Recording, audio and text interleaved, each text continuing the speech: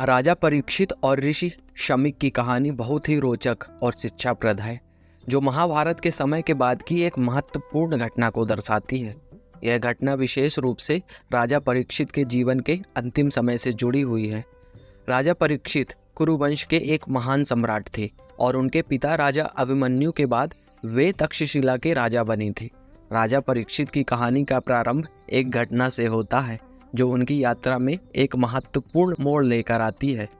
राजा परीक्षित एक दिन शिकार खेलने के लिए जंगल में गए थे।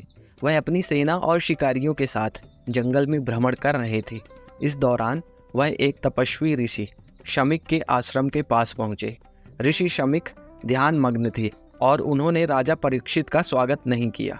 यह राजा परीक्षित के लिए अपमानजनक था, क्योंकि वह राजा होने के नाते यह उम्मीद करते थे कि उन्हें सम्मान मिलेगा। राजा परीक्षित ने यह अपमान सहन नहीं किया और गुस्से में आकर ऋषि शमीक को एक बड़ा अपमानजनक सवाल पूछा। राजा परीक्षित ने ऋषि शमीक से कहा, तुम मुझे क्यों नहीं देख रहे हो? क्या तुम जानते नहीं हो कि मैं राजा हूँ? और यह कहकर उन्होंने ऋषि शमीक के पास रखा हुआ एक सांप उठा लिया और उन्हें श्राप दिया कि वह सांप काटने से मर जाएं। ऋषि शमीक का यह अपमान बहुत बड़ा था, लेकिन वह शांत बने रहे।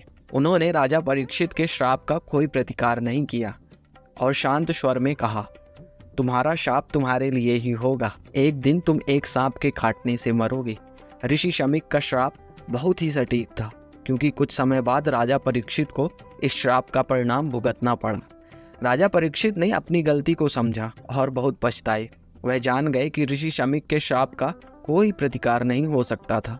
इस श्राप के कारण राजा परीक्षित के मन में गहरा आत्मविश्लेषण और तामसिकता का बोध हुआ। उन्होंने राज्य का कार्यभार अपने बेटे जन्मेजय को सौंप दिया और स्वयं तपस्या और ज्ञान प्राप्ति के लिए उपदेशों की तलाश में चल पड़े। राजा परीक्षित ने ऋषि शमीक के श्राप के बाद अपने जीवन का उद्देश्य बदल लिया और ध्यान में लग गए। वे जानते थे कि उनकी मृत्यु निकट है और अब उन्हें जीवन का सत्य समझने की आवश्यकता थी। राजा परीक्षित के पास तपस्या के समय उनके पास एक संत शुकदेव का आगमन हुआ।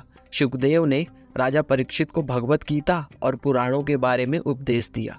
शुकदेव की उपदेशों के माध्यम से राजा परीक्षित को जीवन के सत्य का ज्ञान हुआ और उन्होंने अपनी अंतिम समय की यात्रा को दिव्य रूप में लिया। राजा परीक्षित को अपने जीवन के अंतिम समय में शुकदेव के उपदेशों से महान आत्मज्ञान की प्राप्ति हुई। जैसा कि ऋषि शमीक ने श्राप दिया था, राजा परीक्षित को एक सांप के काटने से मृत्यु का सामना करना पड़ा। एक दिन राजा परीक्षित शाही महल में बैठे थे, तभी एक सांप उनके पास आया और उन्हें डस लिया।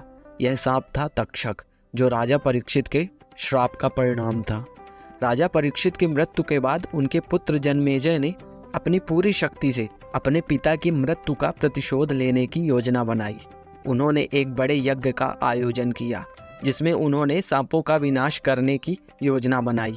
लेकिन अंत में शुकदेव ने इस यज्ञ को रोक दिया और जन्मेजय को यह समझाया कि यह शांति का मार्ग नहीं है, बल्कि यह महाभारत के युद्ध और संघर्ष की पुनरावृत्ति हो सकती है।